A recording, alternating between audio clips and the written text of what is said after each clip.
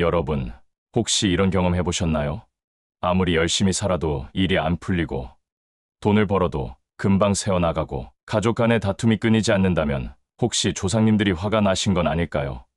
우리가 모르는 사이 조상님들께 실수를 저지르면 우리 삶에 큰 영향을 미칠 수도 있습니다. 특히 명절이나 기제사 때 혹은 성묘를 갈 때 조심해야 할 것들이 있는데요. 오늘은 조상님들의 노여움을 사는 행동과 조상님들의 가호를 받을 수 있는 방법에 대해 알려드리겠습니다. 이 영상 끝까지 보신다면 조상복을 듬뿍 받아 가정의 화목과 재물운이 깃드는 법을 아시게 될 겁니다. 명절이면 많은 분들이 조상님들이 계신 산소나 납골당을 찾아갑니다. 그런데 성묘를 갈 때 그냥 가면 안 된다는 사실 알고 계셨나요?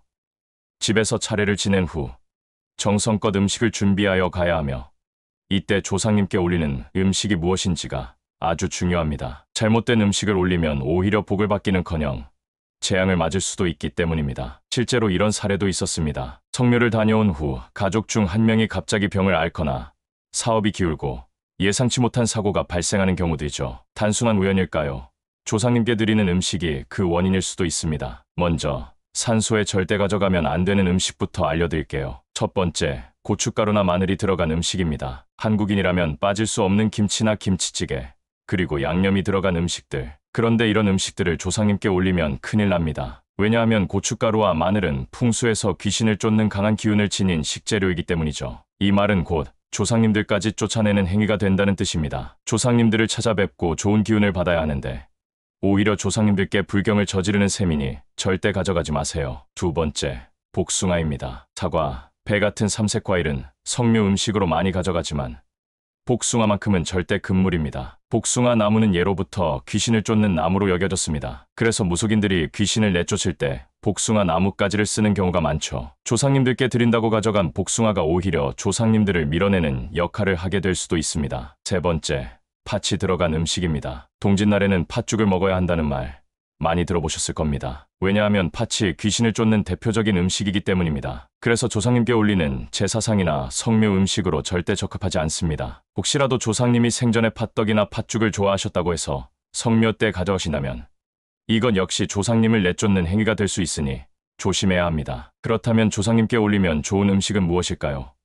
가장 먼저 황태포를 추천드립니다. 황태포는 명태를 건조시킨 것으로 조상님들께 올리면 매우 귀한 음식으로 여겨집니다. 조상님들이 명태를 드시며 후손들의 건강과 복을 내려주신다고 하죠. 특히 황태포와 함께 소주 한 병을 준비해서 올리면 조상님들께서 더욱 기뻐하신다고 합니다. 또한 성묘를 갈 때 꼭 가져가야 할 과일이 있습니다. 바로 사과, 배, 감입니다. 사과는 사랑과 자비를 상징하고 배는 우주의 중심을 뜻하며 감은 조상님께 정성을 다한다는 의미를 지니고 있습니다. 조상님들께 이런 과일을 올려드리면 집안의 화목과 재물운이 늘어난다고 하니 꼭 챙기시는 게 좋겠습니다. 조상님께 드리는 음식뿐만 아니라 성묘를 갈 때 지켜야 할 예법도 있습니다. 먼저 가족묘를 방문했을 때 어느 묘소부터 참배해야 할지 난감할 때가 많죠. 이럴 때는 부모님의 묘소를 가장 먼저 방문하는 것이 원칙입니다. 또한 절을 할 때 남자는 2번, 여자는 4번 절하는 것이 예법이지만 요즘은 남녀 구별 없이 2번 절하는 경우도 많아졌습니다. 그리고 많은 분들이 잘못하는 행동이 있습니다. 술을 올릴 때 봉분에 직접 술을 뿌리는 경우가 있는데요. 이는 보기에도 좋지 않을 뿐만 아니라 예법에 맞지 않습니다. 술은 3번에 나누어 봉분이 아닌 무덤 주변에 조심스레 뿌려야 합니다. 마지막으로 성묘를 마치고 나서 그냥 집으로 돌아오는 분들이 많지만 반드시 조상님에 대한 추모의 시간을 잠깐이라도 가지는 것이 중요합니다. 조상님과 대화를 나누듯 감사한 마음을 전하는 시간이 필요합니다. 오늘은 명절 성묘 시 조심해야 할 음식과 조상님들께 올리면 복을 받을 수 있는 음식에 대해 알아보았습니다. 우리가 조상님들을 잘 모시면 조상님들도 우리 후손들에게 좋은 복을 내려주신다는 점 꼭 기억하시 바랍니다. 이 영상이 도움이 되셨다면 구독과 좋아요, 알림 설정까지 부탁드립니다. 여러분의 가정에 좋은 기운이 깃들어 항상 평안하시길 기원하겠습니다. 여러분, 조상복을 받는 것은 단순히 성묘를 가는 것만으로 끝나지 않습니다. 조상님들의 은혜를 받고 가정의 번영과 재물운을 얻기 위해서는 그분들을 어떻게 모셔야 하는지 깊이 있게 알아야 합니다. 지금부터는 조상님과의 연결을 더욱 강화하는 방법, 그리고 조상님들이 기뻐하시는 올바른 행동과 생활 방식에 대해 이야기해 보겠습니다. 조상님을 기쁘게 하는 가장 중요한 요소 중 하나는 정성입니다. 정성이 깃든 행위는 조상님께서 후손을 보호하고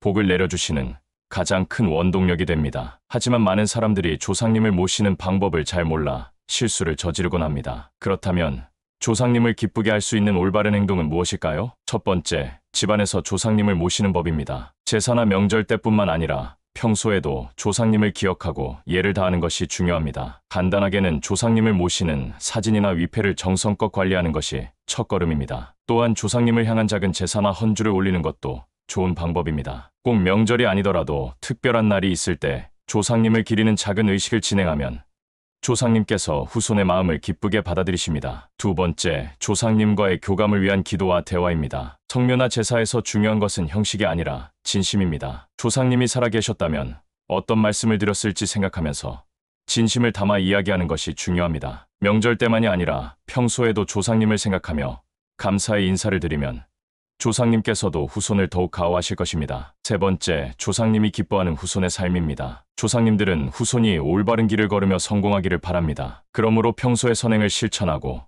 정직하고 성실한 삶을 살아가는 것이 중요합니다. 특히 조상님이 남긴 가훈이나 가치를 지키는 것이 조상복을 받는 데 중요한 역할을 합니다. 예를 들어 어떤 집안에서는 선대의 가르침을 따라 교육을 중요하게 여기고 어떤 집안에서는 서로를 돕고 나누는 삶을 강조합니다. 이러한 전통을 지켜나가는 것이 조상님을 기쁘게 하고 복을 받는 길입니다. 네 번째, 집안의 기운을 맑게 유지하는 것입니다. 조상님이 머무는 공간은 깨끗하고 정갈해야 합니다. 집안이 어수선하거나 부정한 기운이 가득하면 조상님이 편히 머물지 못합니다. 그러므로 집을 항상 청결하게 유지하고 조상님을 모시는 공간을 정리하는 것이 중요합니다. 또한 가족 간의 화합을 유지하는 것도 중요합니다. 조상님이 가장 기뻐하는 것은 후손들이 서로 화목하게 지내는 것입니다. 가족 간의 불화가 심해지면 조상님께서 슬퍼하신다는 이야기가 전해집니다. 마지막으로 조상님을 위한 작은 봉사와 공덕을 쌓는 것입니다. 조상님을 기리는 마음으로 좋은 일을 하면 조상님께서 기뻐하시고 후손들에게 더욱 큰 복을 내려주십니다. 예를 들어 어려운 이웃을 돕거나 사회에 기여하는 활동을 하면 조상님께서도 후손의 선행을 축복해 주신다고 합니다. 이렇듯 조상님을 기쁘게 하는 방법은 단순히 성묘를 가는 것에서 끝나지 않습니다. 일상생활에서도 조상님을 기억하고 정성을 다하면 조상님께서 후손을 더욱 보호하고 복을 내려주실 것입니다. 여러분, 조상복은 단순히 기도하고 절하는 것만으로 받을 수 있는 것이 아닙니다. 조상님들은 후손이 하는 행동을 유심히 지켜보시며 그에 따라 복을 내려주십니다. 이제부터는 조상님을 위한 더욱 실천적인 방법들을 알아보겠습니다. 우선 조상님께 올리는 음식의 의미와 중요성을 알아야 합니다. 많은 사람들이 명절이나 기제사 때 준비하는 음식이 단순한 전통이라고 생각하지만 실제로 음식은 조상님과의 연결을 더욱 깊게 해주는 중요한 매개체입니다. 조상님께 올리는 음식에는 각기 다른 의미가 담겨 있으며 정성을 다해 준비할수록 조상님이 기뻐하시고 후손들에게 더 큰 복을 내려주십니다. 특히 전통적으로 조상님께 올리면 좋은 음식과 피해야 할 음식을 알고 있는 것이 중요합니다. 앞서 이야기한 것처럼 고춧가루나 마늘이 많이 들어간 음식, 팥이 들어간 음식, 복숭아 같은 것은 피해야 하며 반대로 황태포, 삼색과일 사과, 배, 감 등은 조상님이 기뻐하시는 음식입니다. 또한 음식을 올릴 때의 자세와 태도도 중요합니다. 아무리 좋은 음식을 올린다 해도 대충 준비하거나 예의 없이 행동한다면 조상님께서 노여워하실 수도 있습니다. 그러므로 음식 준비부터 올리는 순간까지도 정성을 다해야 합니다. 이처럼 조상님을 기쁘게 하기 위해서는 음식뿐만 아니라 우리의 마음가짐과 행동까지도 중요합니다. 단순한 형식이 아닌 진심 어린 예의를 갖추는 것이 조상복을 받는 첫걸음이 될 것입니다. 조상님을 기쁘게 하는 방법을 알아봤다면 이제는 조상님께서 노여워하시는 행동과 우리가 무심코 저지르는 실수들에 대해 살펴보겠습니다. 많은 사람들이 조상님을 공경한다고 하지만 의도치 않게 조상님을 불편하게 만드는 행동을 하는 경우가 많습니다. 그렇다면 조상님이 슬퍼하시거나 화를 내실 수 있는 행동은 무엇일까요? 첫 번째, 제사나 성묘를 소홀히 하는 것입니다. 바쁜 현대 사회에서 제사나 성묘를 챙기기가 쉽지 않지만 조상님을 기억하는 일은 후손이 해야 할 중요한 도리입니다. 명절이나 기일을 깜빡 잊거나 대충 준비하는 것은 조상님께 큰 신뢰가 될 수 있습니다. 최소한 한 해에 한 번이라도 조상님을 찾아뵙고 정성을 다하는 것이 중요합니다. 두 번째, 조상님이 머무는 공간을 지저분하게 관리하는 것입니다. 제사상이나 위패, 사진을 먼지 쌓인 채로 방치하거나 성묘할 때 잡초가 무성한 상태로 그대로 둔다면 조상님께서 불편해하실 수 있습니다. 조상님을 향한 예의를 지키기 위해서는 깨끗하고 정갈한 환경을 유지해야 합니다. 세 번째, 가족 간의 불화를 조장하는 것입니다. 조상님께서 가장 기뻐하시는 것은 후손들이 화목하게 지내는 것입니다. 하지만 현실에서는 유산 문제나 오해로 인해 형제자매 간의 갈등이 깊어지는 경우가 많습니다. 조상님을 위해서라도 가족 간의 화합을 유지하는 것이 중요하며, 다툼이 생겼다면 서로 화해하려는 노력이 필요합니다. 네 번째, 조상님의 뜻을 거스르는 행동을 하는 것입니다. 조상님들께서는 후손이 올바른 삶을 살기를 바라십니다. 하지만 후손이 부정한 일을 저지르거나